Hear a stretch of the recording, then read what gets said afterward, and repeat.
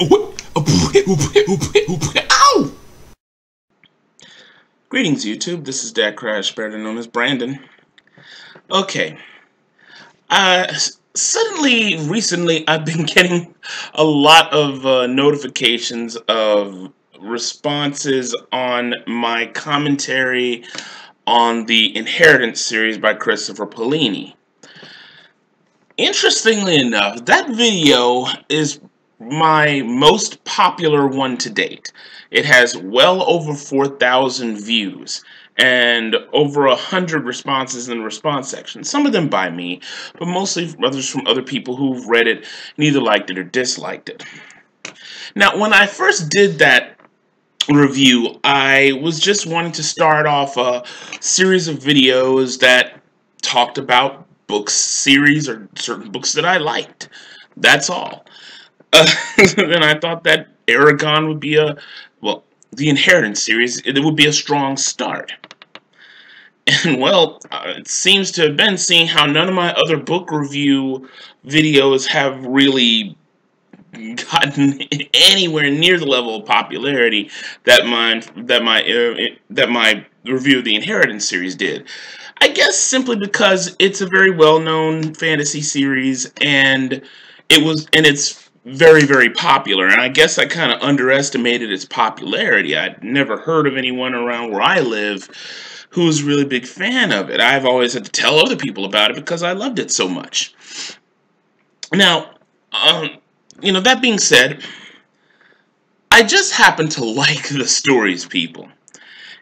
And okay, it kind of surprised me. I'd heard about people having these issues with the book, saying that it's not very creative, that it's derivative, that the other people are like, I don't know how this guy got so popular. There's nothing really special about the books.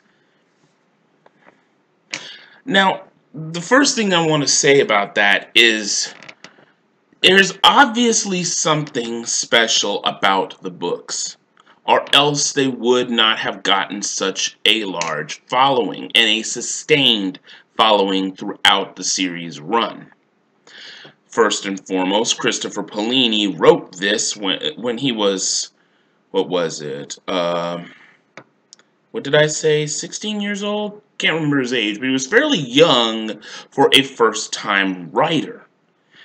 Now, you can chalk that up to him having maybe a lot of money or knowing somebody in the publishing company. But as a published writer myself, and yes, I am a published writer, I have a book coming out this March and a couple of others coming out later on this year, ebooks.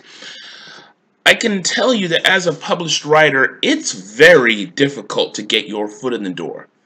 Now, maybe for some people, the writing market, the writing field may be all about who you know. And to me, that is disappointing. Because, yeah, that's the case, and any old crap can be published. However, I read the Inheritance cycle, and for those of you who don't like it and have given there tons of reasons why, I understand what you're saying. But as a writer, I look at the deeper things of this book. Now, there are a couple of people who wrote some very detailed descriptions of why they didn't like the book on my channel. I want to go ahead and maybe make a small defense of it. And just so everyone knows, this will be the last time I make any video responding to this kind of thing when it comes to the Inheritance series. I let my video after this stand and just say I happened to like the series. If you didn't, well, that's cool. But don't make a big hoopla about it, please. Okay, I'm trying to think of a book series that a book series that I really didn't like. Foundation by Isaac Asimov. Yes, some of you nerds out there are probably gasping. I am not an Asimov fan. I find his work very difficult to get into. The man had wonderful vision when it comes to science, but all the books and stuff that I've read about him, read by him, he has terrible characterization. I love a character-driven story. If you're looking for a character-driven story, Asimov, I'm sorry, is not the person to look at. Yes, he has awesome scientific endeavors, but I had to make myself read Foundation. It was just that difficult. The storyline of it after a while was interesting enough to keep me reading it just to see what would happen, but it was just so bland. And that's not the only book by Asimov I read. I've also read, well, at least started to read, at least I've read let me see, I tried reading Nemesis, tried reading some of his robot books, and I've also what's that book, all of a sudden just blanking on it. Oh well, it'll come to me later. But I've read several of his books. Long story short, read several of his books, did not like him. And a lot of people are huge fans of Asimov. And if I made a video just on that, I would probably have tons of people, fanboys, jumping down my throat about how can you not like Asimov? We're the fathers of modern science fiction, and all this stuff. But the thing about it is this: if somebody made a video about how much they love Asimov and everything like that, maybe I might say, I like your video, but I'm just not an Asimov fan. This is why. But some of y'all have been very, very passionate about the whole deal with the Inheritance series. Now, without further ado, I'm going to go to the comment section of my video and read a couple of responses, hopefully be able to answer them as quickly as possible. So I'm going to see if I can run through this. Now, the first person to talk to me about this was a person named Paul Pascalu, or how you pronounce his name. Sorry, man, if I'm butchering your name, please forgive me. I don't know how to pronounce it. Now, your accusations came after I had to basically give a troll what for, and you were saying that that Pauline doesn't have any originality. You took the story of A New Hope, transplanted it to Middle Earth. Let me see. You were You see, he said Polanyi compares the lyrical beauty of his books to both Tolkien and Beowulf on his website, and you're saying that you're laughing at me because I'm saying that it's aimed at a younger audience. It is aimed at a younger audience. If you read mainstream fantasy, the language and complexity and depth of those books are actually even deeper than the Inheritance series. But the Inheritance series is a very complex series and very in-depth series of its own right. But it's something that has much more accessible content for a younger reader, and the books were geared towards a younger audience. They were written by a younger person, and so they marketed it as a young adult novel. Let me see. You were saying Polanyi just ripped off every single one of like Le Guin, C.S. Lewis, Brooks, George R. R. Martin, and said he had the audacious nerve to pretend he's in Tolkien's league. First of all, a writer does not rip off another person's writing, okay? Because every writing has things that you can look at other writers' work and see in it. There's an old saying, there's nothing new under the sun. And I'm sorry, but that's true, especially in the realm of writing. As I told you in my response about the TV tropes thing, you go to TV tropes, you will find tons of little things about, you know, certain types of plot conventions and whatnot that are things that are used over and over and over again, no matter who the director is, no matter who the producer is, no matter who the writers are. These are plot points and storylines that are basically things that we know very well. Now, even though a TV show may may use these types of tropes constantly, people are still interested in it because it's something that is familiar to us, something that draws us, something that attracts us. That's why I gave Avatar as an example. Yes, Avatar has pretty much the same plot point as Dances with Wolves, Fern Gully, Pocahontas, Last Samurai. I could go on. You know, man who's part of the military-industrial complex doesn't give a whoop and then ends up, you know, getting good with the natives under false pretenses, falls in love with the chief's daughter, learns the truth about the tribe and the beauty of them, goes native, and ends up fighting against the evil military-industrial complex.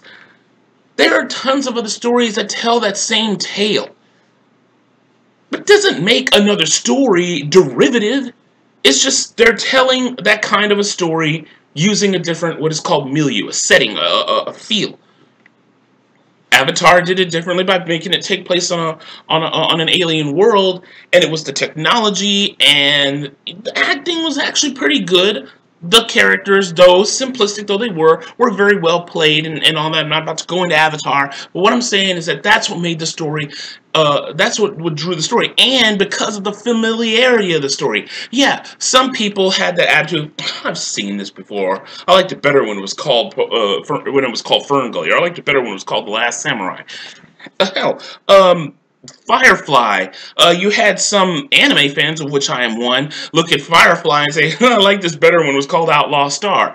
Go watch an anime called Outlaw Star, and you'll see a ton of similarities to Firefly, even though Outlaw Star came first. Now, you're going to accuse Joss Whedon of stealing, I don't know who the creator of Outlaw Star is, right off the top of my head, but you're going to accuse Joss Whedon of stealing those ideas? No, it's not derivative work, it's just work that touches on similarities in tale. There's a book in my original video that I mentioned called Myth and Movies by Stuart Votilia. Look that up. You're going to learn a lot about common storytelling tropes that are found in literature, in movies, in television. For the longest time, Star Wars is just one that did this trope and is best remembered. So every other story that tells a similar tale, a lot of people just think, oh, he's copying Star Wars. He's not copying Star Wars. He's using a story trope that is just something that is very familiar. Now, moving on. Let me see. I made my responses in that. Now, I'm getting into what you had said about my responses, things I'm pretty just repeating, paraphrasing. Now, you were saying that I'm not saying James Cameron is any better, just ripped off the story Call Me Joe from 1957. You're saying that Eragon is literally the most derivative work I've ever had the misfortune to read. Well, I'm sorry, Paul, but that's your opinion. You know, if you didn't like it, well, c'est la vie. I can't make you like it, but I am going to explain why I liked it and why I don't think it's derivative at all.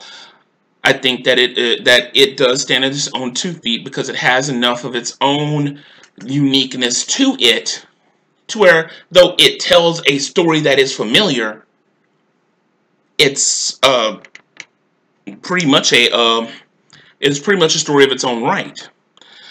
Let me see here.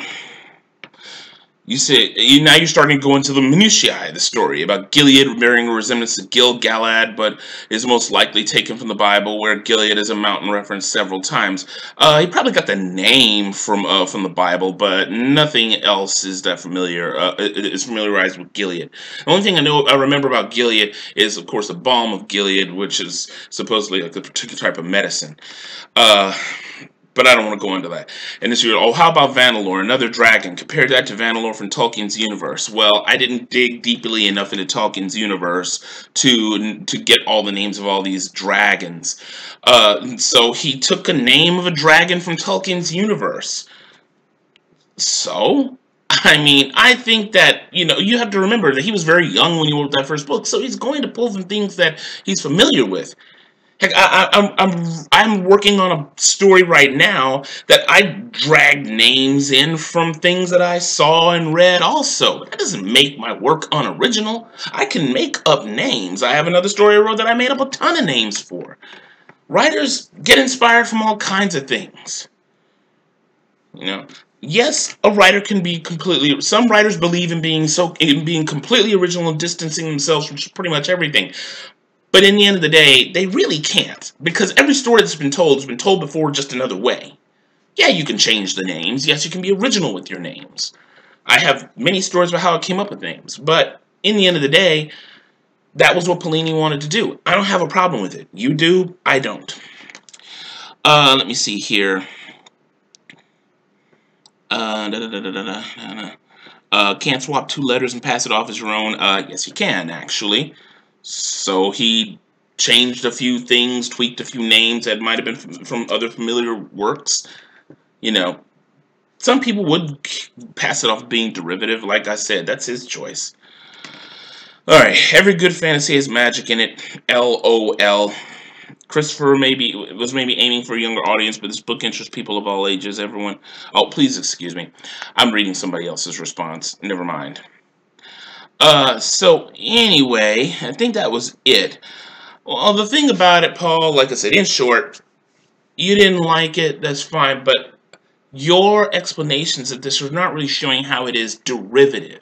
It is showing how that Paolini, as a younger writer, did bring in things that he was familiar with, and I really don't have a problem with that. If you play a lot of video games, especially a lot of these JRPGs pull things in. Hell, Final Fantasy uses a dragon called Bahamut, which I can't remember what mythology it was from. I remember reading about it just recently, but it's from a particular cultural mythology, and they use this dragon all the time, and a whole bunch of other things. Play any of the Dragon Quest games, you find stuff brought in all over the place. And you can't fault the Japanese for not being creative, because the Japanese are some of the most creative people I've ever seen when it comes to them, especially when it comes to making video games and worlds that we love. And Dragon Quest is one of the most popular video game series, and yet it draws in all kinds of stuff from other mythologies. Hell, J.R.R. Tolkien, who's the father of modern fantasy, drew in from various legends and myths. He was trying to make an epic on the scale of Beowulf, and he was using cultural mythologies from the British Isles. Elves are just fey creatures. There were many different kinds of fey creatures that people in the British Isles had believed in as legends for a long time. That's nothing new. So even Tolkien was being derivative, so you say. I probably earned the ire of many nerds saying that. That'll be interesting to find out in the comment section. Anyway, what I'm trying to say is, like I said, there's nothing new under the sun, and so Paolini's work here is, he wasn't trying to be so utterly original that it looked like something that would just seem to come out of the sky.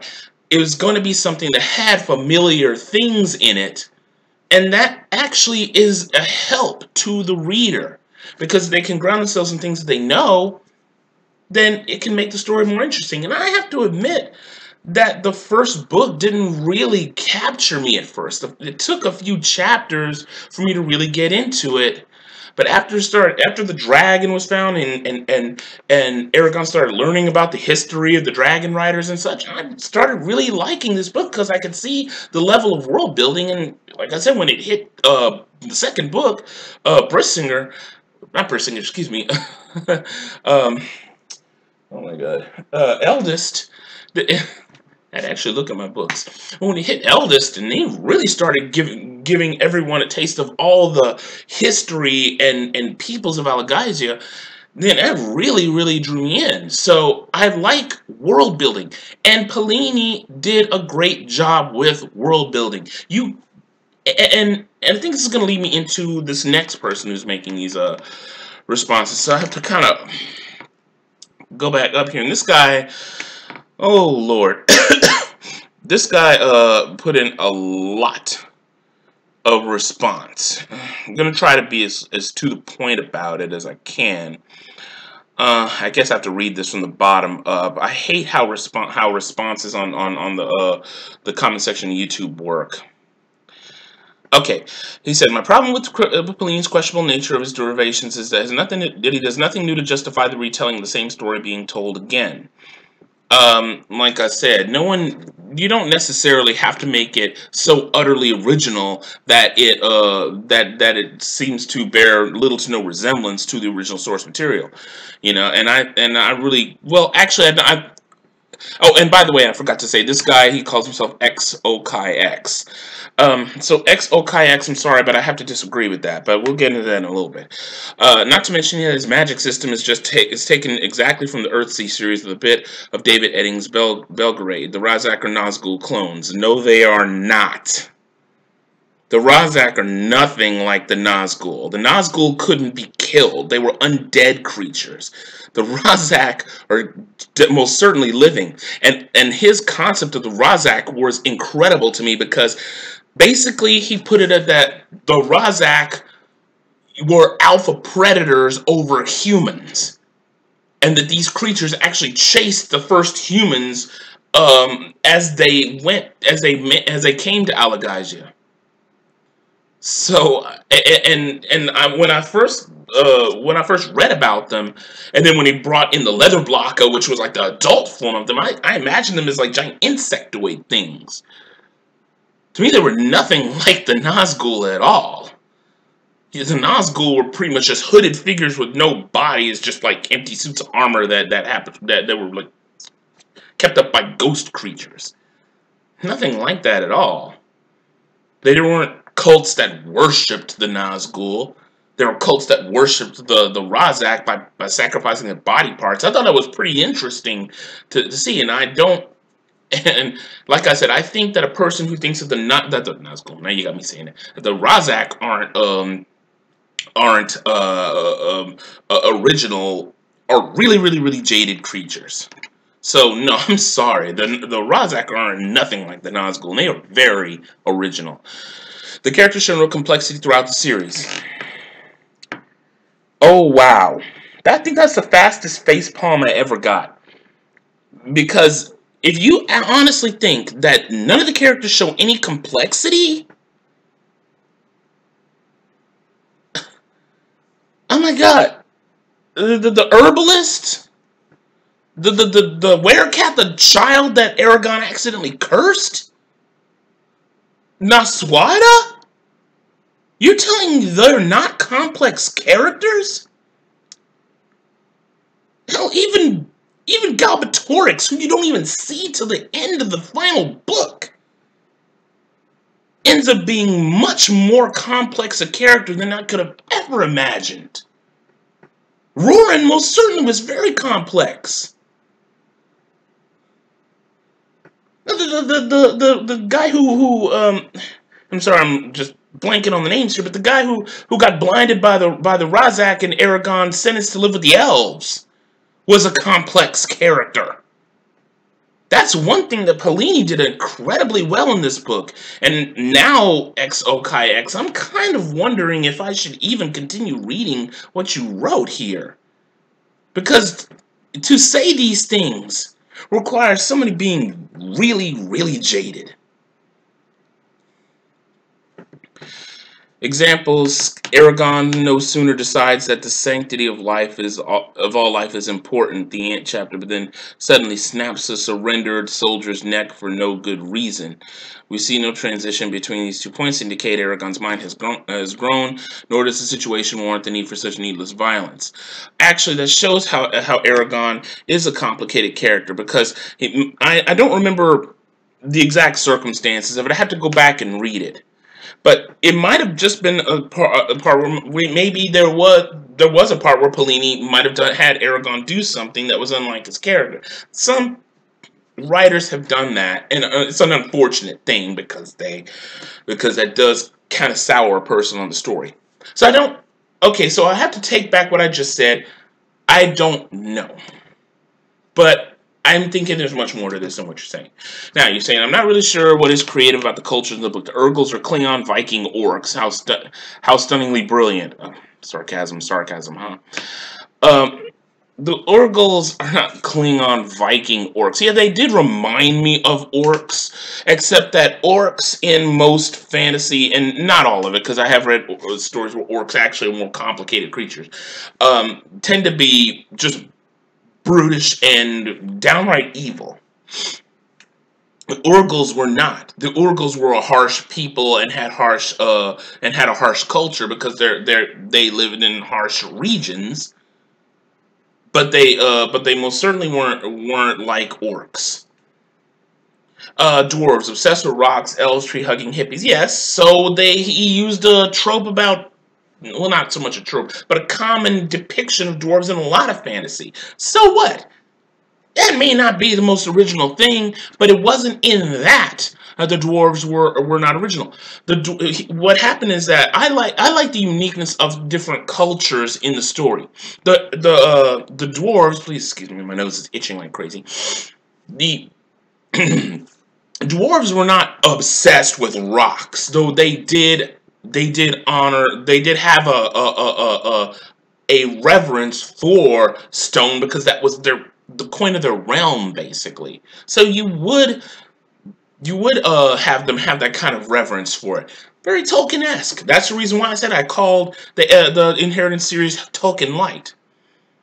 Okay, but the minutiae of their culture was what fascinated me. Whereas some people were bored by Brisingr when Aragorn got into, the whole politics thing of the dwarves, I ate that up. World building, sir. It's the little things that make the difference. The elves were not necessarily tree-hugging hippies. The elves were peaceful, but when roused, they were a force to be reckoned with. Not only that, but elves are naturally stronger than humans. And remember that fight that Aragorn got into with the elf? The elf kind of tore him a new one. So there was a lot more to the elves than just them being pretty tree-hugging hippies. Yeah, they had that sort of hippie, tree-hugging vibe going on, but it was more than just that, and you know it. Alright, good example of being creative with dwarves and being obsessed with rocks from Terry Pratchett's Discworld series. Discworld is a comedy series. Apples and oranges, Exo-Kayaks. Okay? With Discworld, he basically took everything that was taken seriously about a race and turned it on its ear, making it funny. That wasn't the point of Aragorn. Aragorn was more of a reverent treatment of fantasy. Moving on. Pellini's writing doesn't help either. He has a bad case of telling instead of showing. His dialogue is quite atrocious. I disagree. Now, the telling instead of showing thing, yeah, I can agree with that, but I'm trying to work on that in my own writing, so that doesn't really bother me all that much when I read something. Now, I will say this. As the books progress, you can see Pellini's writing progress. Aragorn was hard to get into because it started off very, very, very slow and didn't get good until Aragorn left Carvajal. Eldest was great, but kind of bogged itself down in some manners. Brisingr was where Pellini wanted to put so much into the story, but ended up being unnecessary, dragging it on. And then Inheritance really showed Pellini matured as a writer. Far less exposition, and a whole lot more going on, making the story much more interesting. The flow was much faster, much more direct. He had things much more compact and tight. So he did have problems as such, and the books weren't without their problems, as I said in my first video. Alright, he has characters from two different backgrounds speaking the exact same way. Example is illiterate farm boy Roran and educated King Orin. No, educated King Orin. There was a difference between the way that Roran talked and King Orin talked. Also, Roran probably had a bit more of an education, seeing how he left Carvajal and went out into the wider world. To go to try to plot, try to learn his trade. Whereas Aragon had stayed in Carvajal for a time.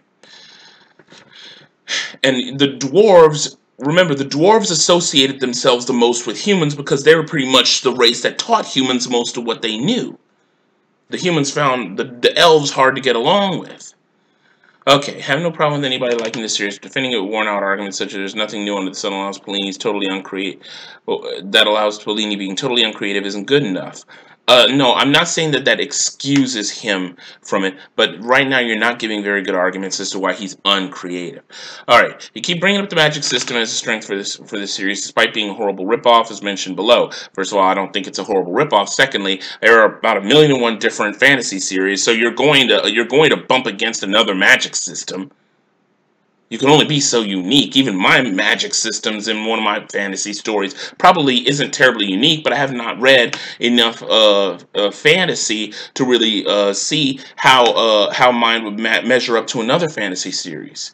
So, when my story gets published, it's going to be interesting to see how if somebody decides to call my story derivative. I went in kind of cold. I don't read nearly as much fantasy as I read science fiction. I have read fantasy, but anyway. It's not a horrible ripoff. It just has similarities. Now, it's not well thought out that led to several contradictions. Yeah. Okay, let's see. Firstly, we learned that in order to perform magic, you need to know the true names and the energy to have energy enough to perform a task. Later, we learned from Oramus that it's not the words that matter, but the intent. This is problematic when we get to the case of Elva's curse. Elva's the little girl that Aragon accidentally cursed. It was caused by not using proper grammar in the ancient language. Nowhere in Aragon's point of view is he thinking of inflicting this child with a miserable life. Second, first of all, in this case, it was the wording and the intent. Because though Aragon might have intended for this girl to be shielded from harm, the wording came as "may you be a shield from harm." So you could conclude that there was a contradiction in things. Because I read in the book that it is the wording, So they're probably on magic. But in this case, I think that the reason why that curse came about was because of the conflict. Yeah, he was trying to say, may you be shielded from harm, but in the magic language he was saying, may you be a shield from harm. That I do remember. So there was probably a conflict between the wording and the intent. Second, where is the energy coming from to maintain Elva's curse? It's not coming from Aragon, Saphira, or Elva herself as this world, or this would have killed all of them. While Aragon and Saphira first learned their mistake, they are far away from her. Magic is affected by I think you meant to say distance, and requires more energy. In Brissinger, page 265, we get the scene that explains it. Aragon kept his gaze fixed on Elva. The energy will have to come from you, he told her, pressing his hands. It won't be much, but we will still reduce your stamina by a certain amount. If I do this, you'll never be able to run as far or lift as many pieces of firewood as someone who does not have a similar incantation leeching off of them. Okay, and I remember reading this earlier on. Let me see, because you basically went on and on about the distance thing, but the thing about it is that even in the book it shows that there are certain spells that you can use on a person, and those spells will last for a certain period of time. And those are basically casting wards and shields and certain things. Even when, remember, Aragon was able to cast certain wards on Roran, for instance, and he went out somewhere to fight because those wards were already produced by Aragon's energy and lasted for a certain amount of time. I think at that time also he had the Belt of Belor the Wise, which provided him with like a fountain of almost unlimited energy. But the whole deal, anyway, so you can explain that easily, in that there are certain types of ways to use magic in this world. Now, it probably just wasn't written very clearly in the book, but it was something that you'll probably just be intuitive of if you have any understanding of other fantasy books that use systems of magic, to say that a ward is a magic spell that is cast on something, and it generates its own magic for a time. That was what Eragon did. You have to use a certain amount of your life energy to do it, or whatever energy you have stored in whatever jewel, as it is in the book. And then that magic is sustained for a time. Now, after a time, it degrades and you have to have somebody renew it. But you don't have to continuously be there casting that spell. Eragon wasn't the only one who used things like that. So, and now, to cast a spell in the book requires energy. If you don't have a source of energy, it uses your life energy. Later on, you talked about how distance it is, of course, affected. Distance affects it, and what kind of a spell it is affected. Because I remember he tried to use a spell in the Hatterack Desert to turn the sand into water, and to transform it one element into another required so much energy that it almost killed him just in that tiny little bit of sand. And so he had to find another way. And so, yeah, we could see that using that kind of a spell would require a sustained amount of energy to cause the effect to happen. And so, but like I said, wards, you would just, the only amount of energy you would use to cast a ward would be just the amount of energy it costs to cast that ward. And then later on, renew the ward if you need to. Distance, again, would not affect it. So, I don't understand that, what you're talking about, because, yeah, in the end of the day, you can see that certain types of magic may not follow that particular rule exactly, especially if it's a spell that has a certain time where it lasts. The time is not dependent on you being there. This may just have been, as I said, something that Paolini would have, might not have mentioned very clearly. Yes, he could have stood to say it a bit more clearly, but I never said that the book was perfect. Now, that's pretty much it.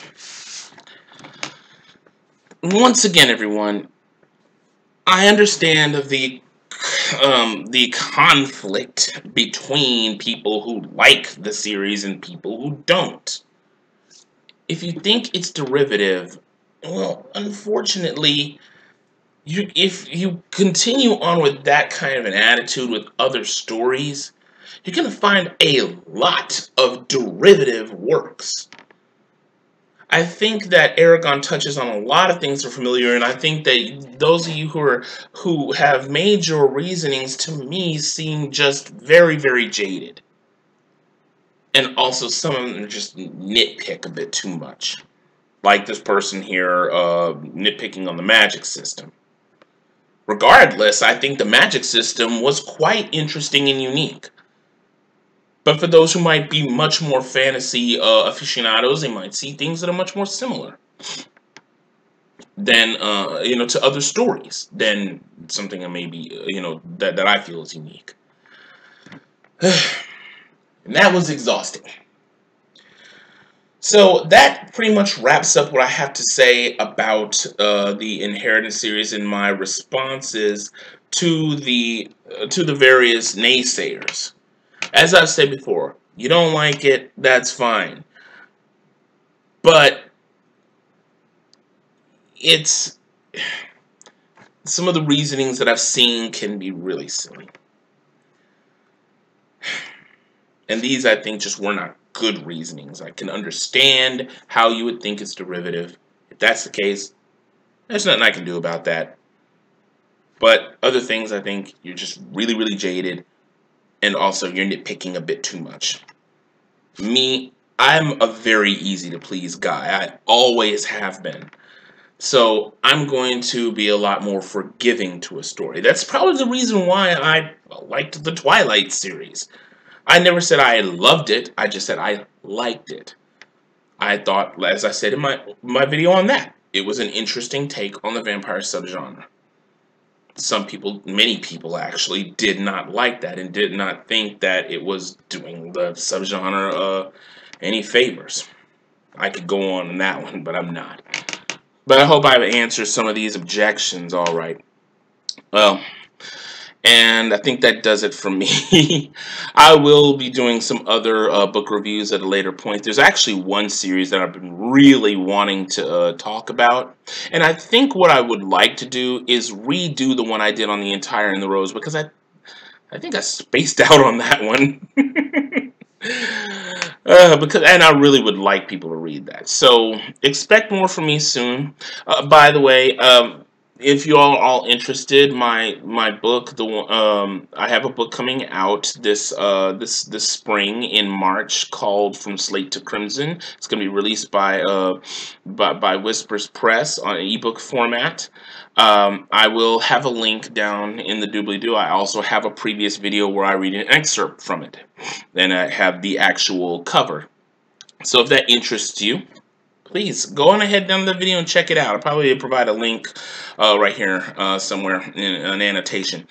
So that's it for me, guys. This is the last video I'm going to make about Eragon, I promise.